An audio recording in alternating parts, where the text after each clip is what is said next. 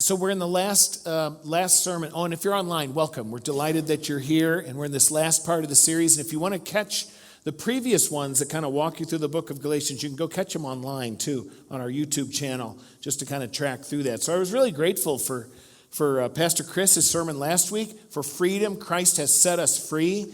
I was really blessed by that. And up here so far in these chapters in Galatians, we really have gotten a lot of theology. There's history and setting and then theology. So there have been these Jewish people saying to these Gentile Christians, these brand new Christians, hey, you got to be Jewish to really be a Christian. That's kind of the summary of Galatians, in which Paul goes, what? What are you doing? Why would you go back under the law once you've been released from the condemnation and judgment of the law? Why would you go back into slavery? And so he's been making this case theologically and giving examples from Jewish history and so forth, and saying we've been set free by Christ. So that's the condition. That's the statement. For freedom, Christ has set us free. But what does that look like? That's really kind of the question. What does that look like? Now, a favorite movie of mine is, and actually it's interesting. I don't know if I should admit this. I really am kind of a Stephen King fan. I'm not a Pet Sematary fan kind of guy, but Shawshank Redemption or The Green Mile or The Stand, I mean, those are some powerful light and dark and good and evil. He does a fascinating examination in some detail with people's humanity, with their sinfulness, and also, he's a Christian. I mean, it's interesting. People think you can't possibly be a Christian if you wrote Christine, or Carrie or something like that. But kind of a fascinating thing. But Shawshank Redemption, are you familiar with that movie? And if you're not, it really is it's worthwhile. So it's set, there's an accountant who gets falsely accused of murder and is imprisoned. And imprisoned for years. Andy Dufresne. And he's an accountant. It's a long story. But essentially, he's there unjustly. And he begins, as years go by, to try to find a way to escape. He is just unjustly imprisoned.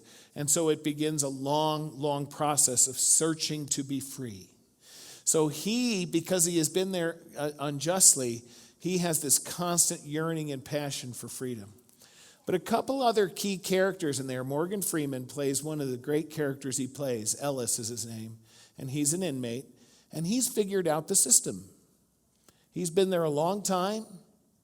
He always appeals to the parole board to let him out, but they probably don't, probably in that era, partly because he's black. He also was convicted of crime. He doesn't deny it. But every time he goes to the parole board, they deny him. And so he has learned over the decades to figure out the system. There's an economy in the prison, and how do you get someone a pack of cigarettes, and how do you get them, a beer, and how do you get them extra time in the yard, or how do you get him an easier job or whatever, and he's worked that out. So he's become very comfortable in prison. It's all he knows. It's what he knows from his adult life. I think in the movie he's in prison when he's like 17 or something like that. There's another character, and his name is Brooks. And Brooks gets paroled. He has a tender spirit. He maybe is not a high-functioning adult, but he's pretty. He was convicted of some pretty horrible stuff, but over time, he has rehabilitated, and he's developed a tender spirit. He cares for little critters, like a bird. He's a good bird, and little critters, and he shows a real tender spirit. And the parole board, after 50 years of being in prison, releases him. And if you've seen this movie, it's a fascinating study. It's a really intriguing one. And Morgan Freeman gets out too, but Brooks gets out and cannot handle freedom. He cannot handle freedom. You would think, right? You would think after 50 years in prison, it would be the greatest day of your life to be able to be free. And Morgan Freeman too, he's in there for decades, and he gets released. And these guys who have learned how to make it in prison can't figure out how to make it outside of prison. And Brooks ultimately takes his own life. He cannot handle freedom. He is longing to go back in. In many ways, that is a pretty interesting microcosm or summary of the book of Galatians. where Paul essentially is saying to people, you got so used to being enslaved, you don't know how to be free. That's an interesting point. Think about it. Now let me get personal with us in those things that enslave us. Pride or appetites or patterns and habits. I think of even in the last year and a half, the kind of habits we developed that almost began to enslave us. And it's almost like, I don't know what to do now. How do I do this? How do I navigate this freedom? So I think it's a question for us to contemplate. So Paul's comment is there's one of two extremes, right? Why are you, who have been so accustomed to slavery, now you have freedom, why do you want to go back into prison? And then to the other group who got out of being free, and then they went nuts, abusing their freedom, doing whatever they thought being free meant. I could do anything that pops into my head. And so this is the question, how do we live free? How do we live in freedom without either? Because, being back in prison is pretty easy. You knew where your bed was. You knew where you'd sleep every night. Your clothes got washed for you. Meals showed up on time. You had a little gig. You made a little money. You could work the prison economy if you could know the system. I had a regimented set of rules. It's good to go. And this happens too in life. I mean, I tell people this is bad. I was the youngest. I was 10 years. My parents had a couple of miscarriages along the way. I was the miracle baby. Woo-hoo, it's great to live under that. And I lived in New York City. And so, you parents, right? Some kids, I got them under my thumb, right? And when I was 18, I went to college 3,000 miles away from home. That was my goal. I want to be 3,000 miles away from home. And I am thrilled that all the videotapes of the next 2 to 3 years are gone. Because once you come out from under the thumb, it can look bad. It can look kind of ugly. Disregarding my parents' wisdom, their values. They got smarter and smarter every year, in my mind. Anyway, so we know those extremes, don't we? It's easy to go back to the one, or it's easy to go crazy in the other. So what Paul is trying to do, so I'm just give you 3 points here on because let me commend chapters 5 and 6 to you. I'm going to say this repeatedly, and I'm not trying to be really edgy or anything. I think one of the challenges of the pandemic is that we lost certain habits, one of them being in the Word, and I want to recapture that. And I will say, I don't talk about being Lutheran very much, but one of the things I like about being Lutheran is we're big on being in the Word. It's a big deal for us. We want to know it well. We want to apply it well. Law and gospel, we want the Word to have authority in our life. So anyway, I'm just going to encourage you to look at chapters 5 and 6 of Galatians. It's really worth looking at. There's 3 or 4 sermons there. I'm going to try to give you one answering that question.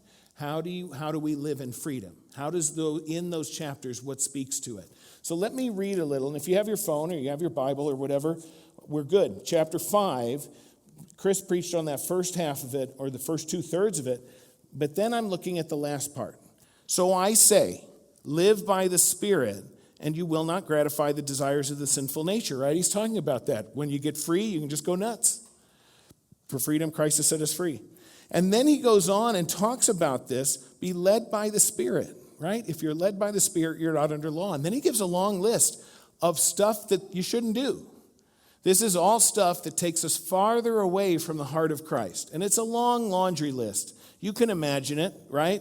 It's things like sexual immorality, impurity, debauchery, idolatry, witchcraft, hatred, discord, jealousy, blah, blah, blah, blah, blah. You know why he makes a list like that? It's so that as you're reading it and you go, okay, I'm good. Oops. Right? That's why he does that. So that everyone says, uh-oh. At some point, we're all broken. All of us broken and in need of healing only God can do. So that's why that's that way. Jesus does the same thing, right? so that none can justify themselves. Nobody boasts in themselves. But then he goes here. Here's where I really want to start. But the fruit of the Spirit, and I had to memorize this through a vacation Bible school song. This is how I had to learn the fruit of the Spirit. Fruit of the Spirit is love, joy, peace, patience, kindness, goodness, faithfulness, gentleness, self-control. Right? That's so good. That's how I got it. But then there's the tagline. Against such there is no law. What does that mean? So here's what I think it means. So here's point one on how to live in freedom. So this is a value of our family that I got from my dear wife. So ours is a family, and if you think this is gross and weird, just keep it to yourself. When we would go out to eat, we would go out to eat and stuff, and she would, we would say, I don't know if it was you or me who started this. Probably me. Hey, can I have a bite of that? Right? Anybody good with this? Can I have a bite of that? And so I get a bite of that. Oh, you can have a bite of mine. And so now, and as a whole family, we developed that. All four of us. David didn't like it as much. But anyway, I'm kidding. No, but all four of us would sit around and we'd order different things, kind of on purpose, so that we could get a bite over here and get a bite over here and a bite. Some people don't like this. Don't touch my food. Don't touchy.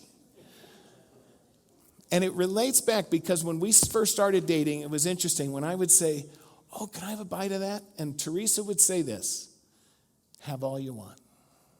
That is a great, and it became a family value. It became a family value that we tried to teach our kids, have all you want. That's an interesting thing to say to a kid, too, sometimes. But it's really interesting because then in raising my kids, this became a value I wanted to teach them. Have all you want. I said to her, man, yours are so good, I want to eat yours instead of mine. And she said, it's okay, have all you want. And I'm sitting there going, yeah, but I might eat like your whole meal.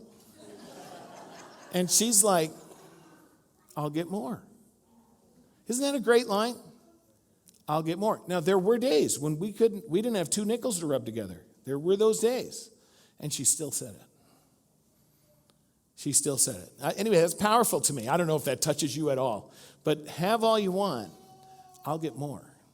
So we tried to teach that to our kids. So like I'd give my kids a candy bar, and I would test them. I would go, can I have a bite of that?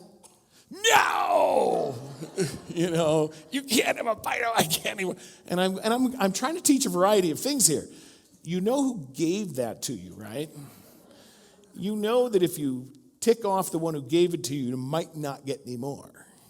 But if you please the person who gave it to you, there might be 4 or 5 more. And it's a hard concept to teach a kid. I think it's a developmental thing. They can't see the future, what could be. It's all concrete, right? And I think we're that way too. I think we struggle with that because here's what God is saying in this passage. So here's point number 1, have all you want. Don't have all you want to this other yucky, gross, junky things. These are all things that pull you far away from my heart and my will. It will damage others. It will damage you. Jealousy, fits of rage, idolatry, hatred, all this stuff. Don't do it. But this one here from this column B, have all you want. There is no law against that, right? There's law against the other one. No law here. Love, joy, peace, patience, kindness, goodness, gentleness, self-control. Did I get them? I think I got them. No law. Anyway, I love that one because God's desire is to do this. God's desire is to say, have all you want there. It will transform you. I've had people over the years say to me, isn't it great that God accepts me just the way I am?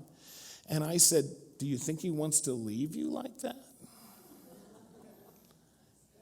Think about it. If God said, I love you just the way that you are, and I really don't ever want to change you, he would hate us. That would be hateful. I need a whole lot of change transforming in my life. I need a lot.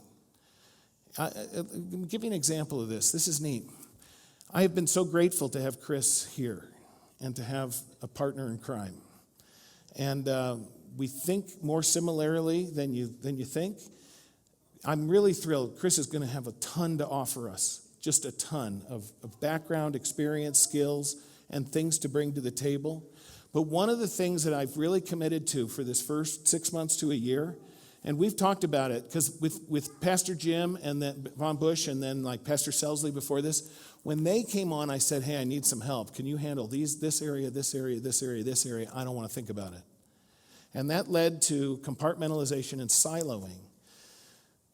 And there's a culture in a church family, isn't there? There's a feel, there's a tone, there's a way. There's just a way that we talk and we interact and we welcome and we grow in Christ. There's just kind of a way. And it's not that it's perfect, it's just our way. And it's not that it can't change or improve or get better. Chris is going to bring all that to the table too. But a lot of this first one, living in freedom, is this: transform us and bless us. I want to walk with Chris to give him the culture. I want to go to meetings together. So together we're talking with our leaders and our volunteers and our staff. I want us to do it together because there's a way. And that's what God says. He says there's a way to live in freedom. Love, joy, peace, patience, kindness, goodness, faithfulness, gentleness, have all you want. That's the first thing. That's the first thing. And so practicing those things drives out the others. Second point is this. So what do you think when you fill in this blank? If someone says this to you, number 2, shall we dance? So there's a whole bunch of things that come with that, okay? For me, it's embarrassment. I don't know the steps. I don't like my body shape. I don't like how I move. I don't like to be compared to anyone. I'm wondering what my partner will think. I mean, there's a whole bunch of things that go with this. And Samantha and Chris are professional dancers and teachers. I mean, they're the real deal. And so I told them this. I said, I'm hoping to learn to dance from you because I trust you. I don't think you're going to make me feel yucky about me. And that's a fear for me. I don't know if it is for you. I don't want to feel yucky about me. And so I'll do other things. I'll just do other things. And so I find this an interesting thing because I think this affects Christians in their walk too. Is I don't want to be embarrassed, so I'm not going to do that. Or that puts me out of my comfort zone. I'm not going to do that. I might look dumb, or I might look prideful, or I don't want to do it. You remember the show, So You Think You Can Dance? That one? And it was always interesting in the early rounds when they would bring in the contestants, because they had to sort through them all. Because a lot of them were just people who like to just jump around and run around and kind of roll on the floor. There were a fair amount of those people. And they really were not dancers per se. Some of them were offended if the judges were critical of their dance because it was their own personal expression of themselves. And it's interesting because there's a difference between dancing by yourself and dancing with a partner. And dancing with a partner calls for learning the steps. And forgive me for talking about this. Chris will correct me in coming weeks on anything I say about dancing, okay? Other than the embarrassment I feel, okay? So it's interesting when you're dancing with a partner, if you do a waltz or you do a rumba or a samba or you do Latin dancing or you do ballroom dancing or whatever it is, you better figure out what your partner's doing. You got to be in step. So this is point number 2 of what it means to live in freedom. What does this mean? For freedom, Christ has set us free. He has set us free to dance. And what's interesting is in our current culture, for many people, set us free to dance would mean I get to go out there and do anything I want and writhe about and fall all over the place. And that's my personal expression of me. And I'm not saying that's evil. I'm saying if you think that's the high point and pinnacle of dance, you are sadly mistaken. Because the high point and pinnacle of dance, at least as I observe it, is when you work with a partner. Is when you work with someone else. And here's the powerful imagery that I love that Paul gives. If you want to live by the Spirit, walk in step with the Spirit. So in other words, it's not saying, hey, Spirit, I got this dance. You want to join in? It's the Spirit saying, you want to join me? Shall we dance? And the Spirit leads, and the Spirit teaches, and the Spirit corrects. And when we're little, sometimes the Spirit lets us stand on His feet as He makes the moves, and we follow His steps. This is living in freedom. This is setting us free. Here's my point. I don't dance because I'm ashamed and embarrassed and I think I look stupid. Freedom is me submitting to the Spirit's leading. And then I can dance. And what a dance it will be. It's just like singing in a choir. You can sing any note you want. I guess it's music. I don't know. Until the director leads you and you sing with others to sing a song, to sing in harmony, to dance together. So this is the second part of freedom. I mean, that first one is have all you want of this list. Have all you want. Let it transform you. Secondly, shall we dance? With the Spirit, as the Spirit leads and guides. And what's cool is this is not lockstep. This is not like goose-stepping Nazis or North Korean military. Every dance is different because every dancer is different and every piece of music is different. But the Spirit remains the same. And so the Spirit leads, guides, corrects, teaches, forgives, and never abandons us. Never abandons. Last point, third point on how to live in freedom. I don't know if Williams are here. They may watch it online. Marie and their family, they were here last week. I'm so glad to see you. Our prayers continue to lift you up. Dad Werner's memorial, and we'll have Chuck's here in a couple weeks. Neat story from Chuck as I met with the family when he passed, when he got promoted. Werner and Chuck got promoted. They told us a story. Chuck was a mountain climber. So he climbed Bora a bunch of times, highest peak in Idaho. Anyway, he climbed Bora and did lots of mountains and did lots of camping with his kids and taught his kids. And they had him on it, he was hauling them everywhere all over Idaho when they were little. And the story that they told that really seemed to engage the whole family and just made them really tender was a story they had a dog. I think it was a St. Bernard's, 120 pounds. And the dog made it up the mountain and could not make it down. And the kids were all little, and Chuck put that dog on his back and carried that dog all the way down the mountain. And they just talked and reminisced. And by the way, let me correct something online too. I don't hate dogs. Okay? Everybody going around saying I hate dogs. I'm not a dog guy. Like I don't like dogs to bite me. Right? Or poop on my lawn. I don't like that. But dogs are just fine. And this story was tender. It was so tender. And by the way, a number of you have told me over the years about when you've lost a member of your family, one of your fur babies. And it's powerful. It impacts you. They're companions who love you without conditions. I get it. Don't get me wrong. So we're all built a little bit differently, but please don't think that I hate dogs. Please. Because this story was powerful. It carried that 120-pound St. Bernard down the mountain all the way down. And this is point number 3. You know what it means to live in freedom of Christ? Is to bear one another's burdens. Now that sounds like a paradox and an oxymoron. Sounds like an oxymoron. How can that be freedom if I'm bound to you?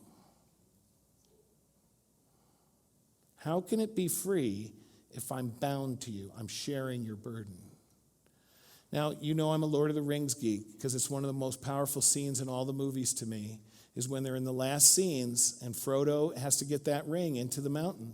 Got to get it into Mount Doom, into the volcano. And he can go no further. He can go no further.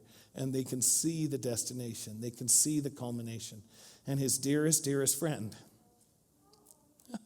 This is stupid. These stupid stories make me cry. They're great stories. And Sam, his dearest, dearest friend, says, okay, Mr. Frodo, I know I can't carry the ring, but I can carry you. And it's the heartbeat of the whole story. Because from the first step, they are together, bearing one another's burdens. And they carry this great burden to culmination. And it is the story of legend. It is the story of victory. Here's the interesting thing to me, and I didn't say this in the first sermon, so I'm hoping some of my 8:30 folks can listen to this, because this is important. You know why it's freedom? To bear one another's burdens is freedom? Because when we share our burdens, here's the problem I find in church. Isn't this interesting? This never makes sense to me. And it only makes sense if church is a place where we put on our happy face and pretend to be good and happy and nice. If this is a place of pretending, then it makes sense that when bad things happen to me, I don't come to church, I avoid church. This happens countless times. People go through difficult moments in their life and they stop coming. Now, maybe it's because they think God let them down. But I would love to have that conversation anyway and still walk with them. But a lot of times, and don't you think I'm embarrassed? Or people are going to ask me questions I don't want to answer. It's just hard to be there. And I want to say, please, please, please, this is the place to be. This is where you go when you have a burden so that we can bear it together. This is why it's freedom. Because if I'm able to say to you, I am not equal to this task and I need your help, it takes away all the guilt, all the shame, all the embarrassment, all the baggage, and you are free. That's the shared burden. The shared burden sets us free. Because together, do you think there's any of us who are perfect? Do you think there's anyone who hasn't experienced loss and shame or guilt and wrestled with our demons? And yet, thanks be to God, there's Christ, who, as the author of Hebrews said, he's the one who bore our burdens. He's the one who continues to come to us and says, give me your burden. As Pastor Chris said, my yoke is easy, my burden is light. Because Jesus is the one who bore your burden. Jesus is the one who went to the cross alone so that you would never have to be alone. He's the one who bore that burden and continues to do so. So there is no guilt and there is no shame. Because here's what the author of Hebrews says. Let me just finish with this one. Let us fix our eyes on Jesus, who is the author and the perfecter of our faith, who for the joy set before him endured the cross, bearing your burdens, that he might be seated at the right hand of the glory of God. For the joy set before him bore your burden. And so we rejoice in that great good news, so that it is in that freedom, the freedom of Christ, that we are truly set free. To God be the glory. Amen.